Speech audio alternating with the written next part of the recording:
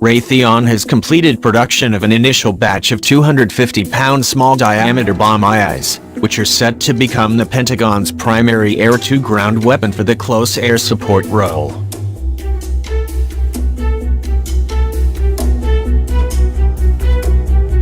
The glide bomb, which is designed to attack ground targets such as tanks and armored personnel carriers, will eventually be integrated for use on board the Lockheed Martin F-35 Joint Strike Fighter, Boeing F/A-18E/F Super Hornet and the Boeing F-15E Strike Eagle.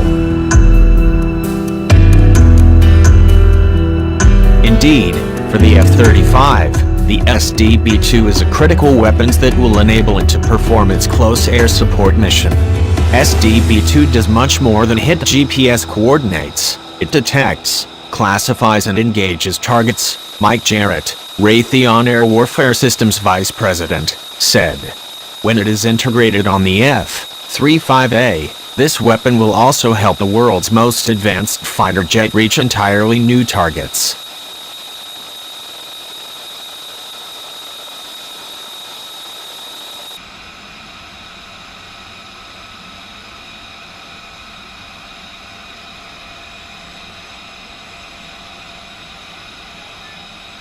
Indeed, the SDB-2 should afford future Joint Strike Fighter pilots a range of additional options for engaging a variety of targets.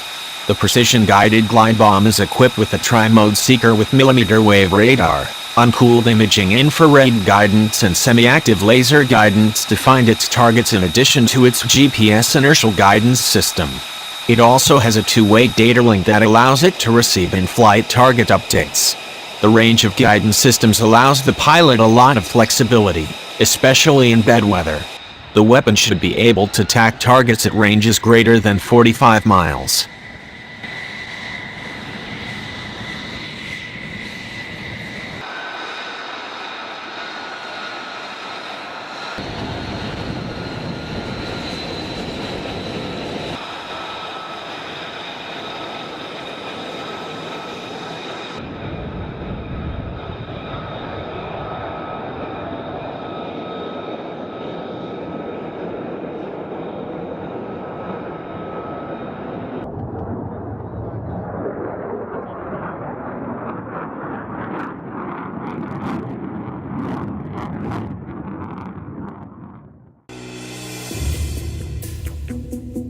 In the meantime, the United States Air Force is adding the ability to attack moving targets to its new Lockheed Martin F-35A Joint Strike Fighter with the addition of the 500-pound Raytheon GBU-49 Enhanced Paveway 2 laser-guided bomb.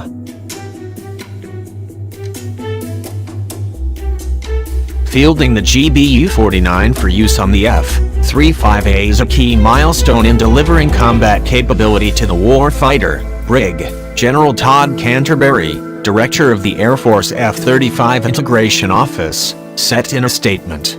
The F-35 is operational and combat ready, and integrating the GBU-49 with the aircraft makes the F-35 even more lethal than it already is. As originally envisioned, the single-engine stealth fighter did not include the ability to hit moving targets with the laser-guided weapon in its Block 3F software load. Even though F-35s equipped with the final Block 3F configuration have the ability to identify and track multiple moving ground targets, when the Pentagon originally set the requirements for what became the Joint Strike Fighter program, the idea was that pilots would use cluster munitions to engage those enemies. However, since the Convention on Cluster Munitions, CCM, was adopted in 2008, such weapons have fallen out of vogue.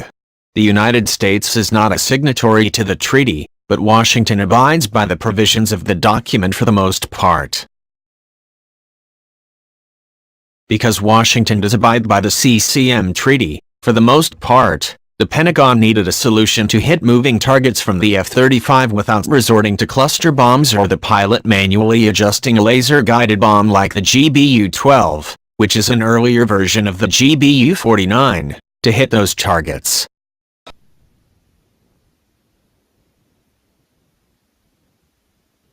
To that end, The U.S. Air Force awarded Raytheon a $59.70 contract to buy the GBU-49 Enhanced Paveway II for the F-35. According to the Air Force, the addition of the GBU-49 will enable the F-35A to strike moving targets when integrated with the aircraft software Block 3F until laser joint direct attack munitions and small diameter bomb 2 munitions are integrated in later software releases. Raytheon is expected to deliver a total of 1,200 GBU-49 guidance kits, test hardware, logistics and engineering support and technical data to support the F-35 program. This contract award represents great teaming across the entire government and industry enterprise. Brig. General Anthony Genetempo, Air Force Program Executive Officer for Weapons, said in a statement.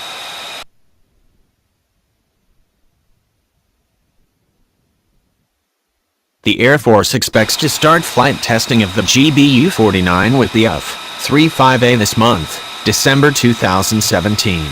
If all goes according to plan, the Air Force will receive an initial 400 guidance kits by the end of January 2018.